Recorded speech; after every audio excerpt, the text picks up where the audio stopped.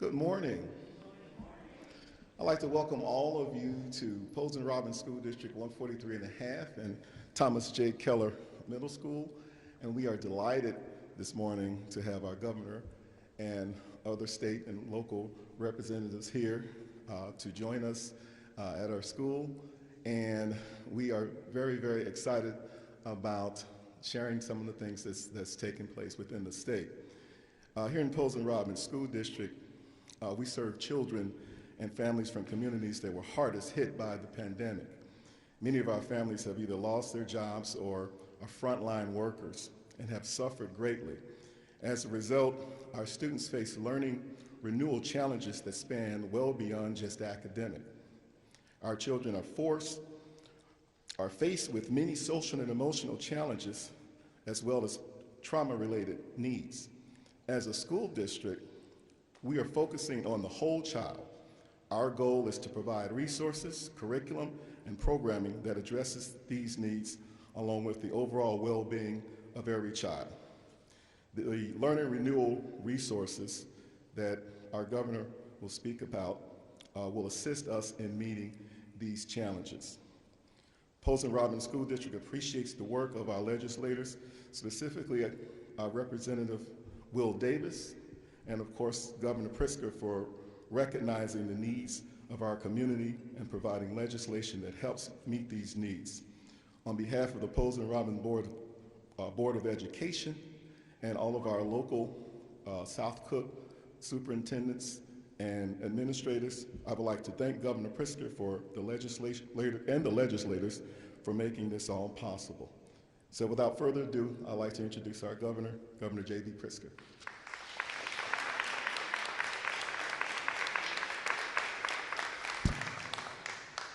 Well, thank you very much, Superintendent Edison, Dr. Edison, for that very warm welcome and for all that you've done to lead the Posey Robbins community through this very, very difficult year. I know that many of your 1,400 students come from families who have been hit hardest by this pandemic, whether as frontline workers or having lost a loved one. And I commend your commitment in particular to focusing on the whole child as we work to welcome kids back into the classroom with open arms.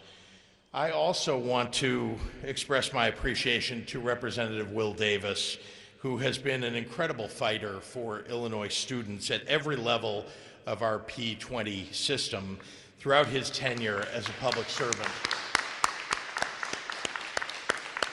And honestly, he's been a great partner to my administration in our mission to make Illinois the best state in the nation for especially early childhood education and care.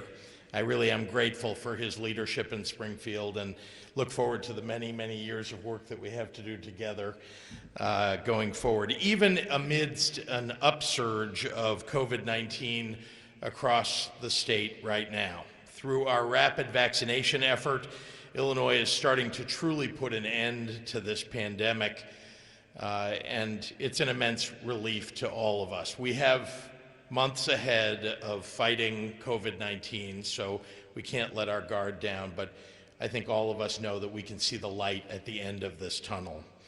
But for parents and teachers, the challenge in many ways feels like it's only beginning. We have to wonder what remote learning and living through a pandemic means for our children. And we know that it's so much harder to succeed at math or science or reading when there's trauma that needs processing, especially as a child. Thankfully, we have an unparalleled opportunity to revitalize learning for students here at Posey Robbins and all across the state through federal funding to address learning loss and social emotional challenges, pandemic-related and beyond. In all, more than $8.9 million in federal support has been allocated to the Posey Robbins School District to provide real solutions for your students. And I know that you've all been hard at work all year, upgrading student devices and rolling out Wi-Fi hotspots and increasing staff, and improving school air quality through new HVAC systems. And we are all grateful for that. And with the majority of this new funding, $5.7 million, coming in now through the President Biden's American Rescue Plan, portion of it came from the bill that was passed in December prior to his taking over as president. But the $5.7 million, I'm delighted to hear that the administration's plan is to build on those investments with early plans to expand extended learning programs, including after-school programs and Saturday school, tutoring, summer school, parent education programming, and municipal partnerships. To add to the excellent work done locally, the state's P20 Council has developed expert guidance for navigating this long period of disruption with the Illinois Learning Renewal Resource Guide. Our students have been through so much during this past year. The worst thing that we could do is just to throw them back into the classroom and hope for the best. We have to nurture them. We have to care for them. We have to invest in their mental health, as Posen-Robbins hopes to do. If you're a parent or a student or an educator and you just want to read the guide yourself, it is available to you and to anyone just by visiting illinois.gov/P-20. illinois.gov/P-20. In addition to the work at the district level, I'm also launching from the state level 4 new initiatives to provide guidance and support in some of the most critically important aspects of learning renewal. 1, high-impact tutoring, with a focus on aligning personalized learning in classrooms and classroom instruction throughout the school year and during the summer. 2, social and emotional learning, with partners including the Center for Childhood Resilience at Lurie Children's Hospital. 3, interim assessment guidance, so that educators can better target students' needs without holding the results of those assessments over the kids' heads. And bridge and transition support to encourage enrollment of young children in early childhood programs and to assist high school students with their journey into higher education. The last year has been incredibly difficult for everyone. Teachers worked tirelessly to adapt to learning remotely. Parents gave their all to guide their children through challenges that no one ever saw coming. And of course, our kids, our children, watched their day-to-day routines be usurped by a pandemic, a terrible experience for any adult, let alone a child. During this pandemic, Illinois led the nation in supporting our families. No state invested as much in keeping early childhood centers open. No state invested as much as Illinois did in housing assistance so that families didn't have to worry about losing their homes. And as we begin recovering from this pandemic, I'm committed to making sure that we lead the nation in ensuring that this new $7 billion of investment across our state's education system makes a difference in our classrooms, student by student, for the betterment of all of Illinois. And with that, I'd like to turn it over again to a leader, a champion for all of us in the state and for all of you who he represents, and that's my friend, Representative Will Davis. Representative?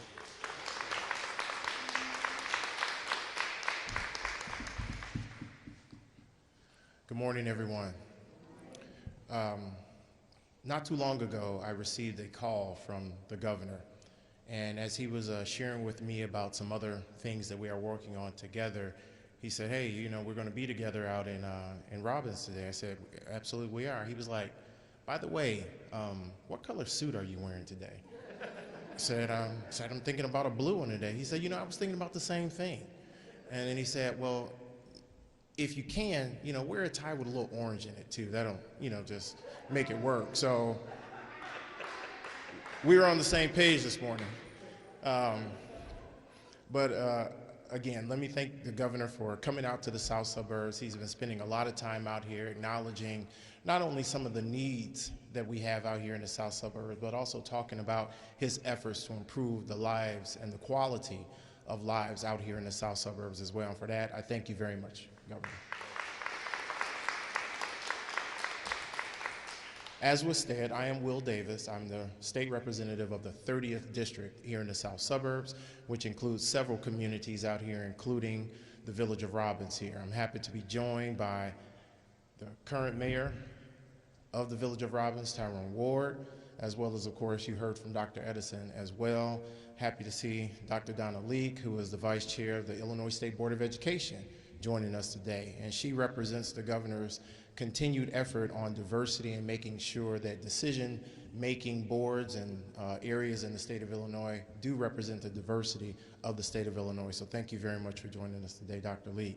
I am pleased and honored to be out here with the governor as he talks about all of the efforts that he is imploring his staff, not only in his office, but throughout the entire State Board of Education, to make sure that when it comes to educating children, that we are doing everything possible we can to make sure that school districts have the resources, that school districts have all the opportunities to provide a high-quality education to our young people. We all know that this was a challenging year. There's no question about that.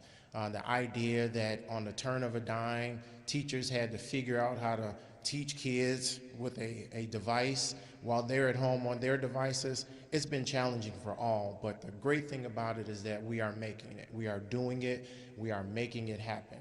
And as the father of a 9-year-old who is remote learning, when I ask her about her day, and she says, "I had a great day in school today, Daddy," it makes my heart feel good, because as children are figuring things out, and we have to recognize that our children are resilient. They are strong, they are resilient, they are smart, and as she is figuring it out, just like all the other kids, the fact that when she says, "I had a good day," and it puts a smile on her face, knows that despite whatever situation that we are in right now, our children are doing exactly what they are supposed to do. And I'm not saying it's easy by any means, because not only on the children and their families, but also the school districts, your administrators, as well as your teachers. This is a tough situation to be in, and nobody would have ever predicted that we'd be here today.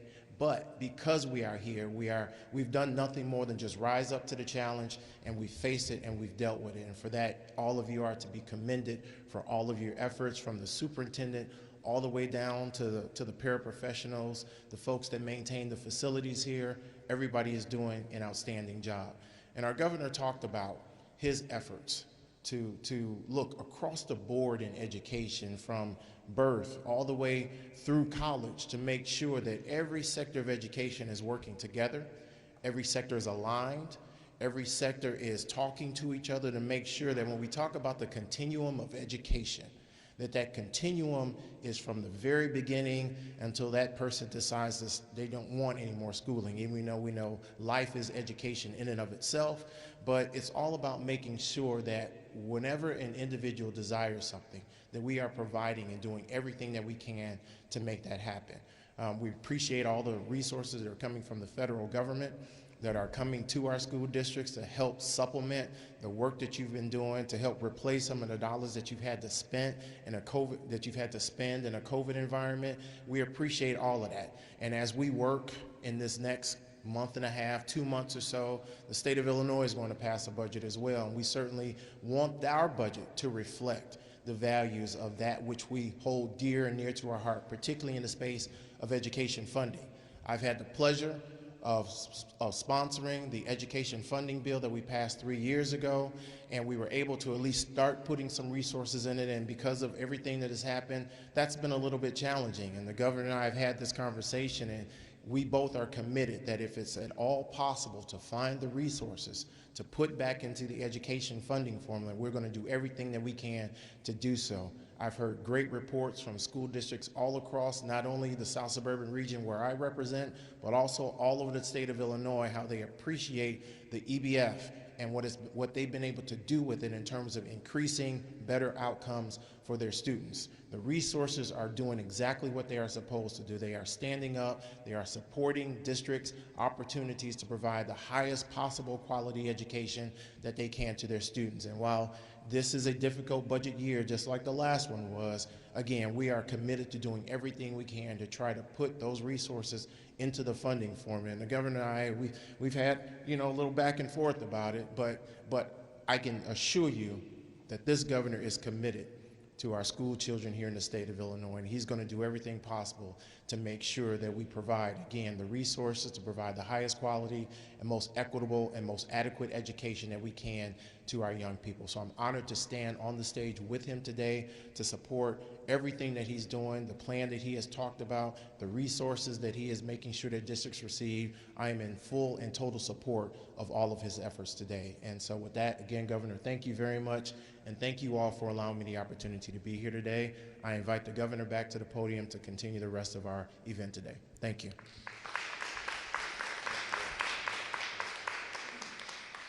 And Representative, you have to decide what we're wearing tomorrow, so let me know. Happy to take questions from members of the media. Could I ask you about, with the numbers of, I talked about COVID. Yeah. There had been talk earlier this week of when the state might reopen, and then I believe your chief of staff had suggested that perhaps sooner rather than later. Do you have a date? California set in June 15th. Look, we're all hopeful that we can open sooner rather than later. I think that there's a sense of optimism, but, you also have to look at the case numbers and the hospitalization numbers. And we set out metrics, Marianne, to make sure that we can all track how we're doing. One of those metrics, of course, is the percent of people who've been vaccinated. Another of those metrics is hospitalizations remaining stable or coming down. Unfortunately, that latter metric hasn't been met because we're currently seeing hospitalizations going up. It's very challenging. I worry about it. Honestly, I watch these numbers every day, so I'm hypersensitive to, what direction is the state going and what do we need to do next. But we also had a record number of vaccinations. Day before yesterday, I announced that yesterday, and we're on track. We're counting the vaccinations right now to have another record potentially reported today about yesterday. So that's a great direction. That is definitely a positive news. We just need to make sure that everybody is following mitigations that exist today, wearing their mask, doing the right thing, so we can bring those hospitalizations and those ICU beds down. Would July 4th perhaps be a goal? I know that you're trying to pin me down for a date, and then I want to turn around and ask the virus, what date we can open things up, and it's just an impossibility. For everybody else, I can just tell you that for a year plus of having the opportunity to answer questions by everybody about the virus, the first and most important question everybody wants to know the answer to is, when is this going to end? And I have never been able to give an answer because this virus is so unpredictable, but we are headed in the right direction. Yes, sir.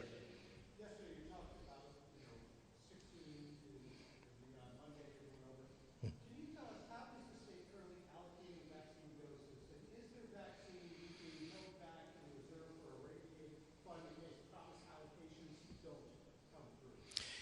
There's no rainy day fund of vaccinations. If we can push it into somebody's arm, we're going to do that right away. We are using as much vaccine as we possibly can. There are areas of the state or local public health departments or even partners that have inventories that have built up, and so we've gone to them.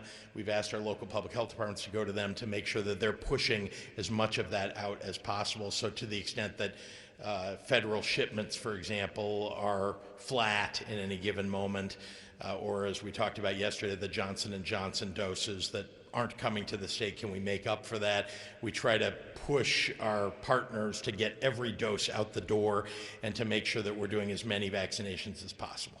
So does that mean you're changing allocations in areas where it's not being used or demanded and shifting it to towns and suburban Well, as you heard yesterday, we added 150,000 more appointments than had existed before in Cook and the Collar counties. So that's one way in which we're shifting resources. We also have, as you probably know, surge vaccination teams where we see areas of the state or of Cook County or the Collar counties where there is not enough vaccination going on, or there is an increasing case rate where we really need to jump on it. We're sending those National Guard mobile vaccination teams in and vaccinating as many people as we can. So just to kind of questioning, the data showing that there's nearly 2 million doses that are sort of sitting out there in transit. How are these being administered? Are these actually in transit, or is there, are they being held for, next week or something? They're not being held purposely by the state or by a local public health department necessarily, unless they have a pod set up in the next few days, for example. But I think if you look, Craig, at the other big states, we actually have done a better job of getting those vaccines into people's arms out of the total distribution to a state than the other big states. I'm proud of that fact, but I'm like you, I look at the numbers, more than 1 million vaccines that are vaccination doses rather that aren't in people's arms, but that are, have been distributed. And what the accounting of that is that, as we have 102 counties in the state of Illinois. We send vaccine to the counties based upon population, based upon surge needs, et cetera. But we have partners that the local public health departments often allocate to. They're local partners that decisions are made in those 102 counties.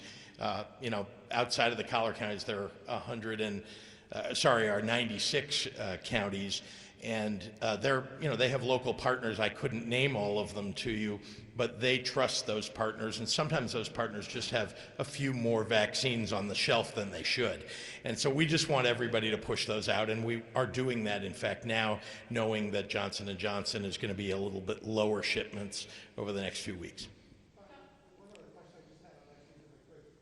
The Pfizer vaccine is the only one that's been given emergency authorization for use for people under 18. Yeah, 16 and 17, yeah. So, how are you going to match the demand, or are you expecting any kind of problem with meeting the demand for those under 18?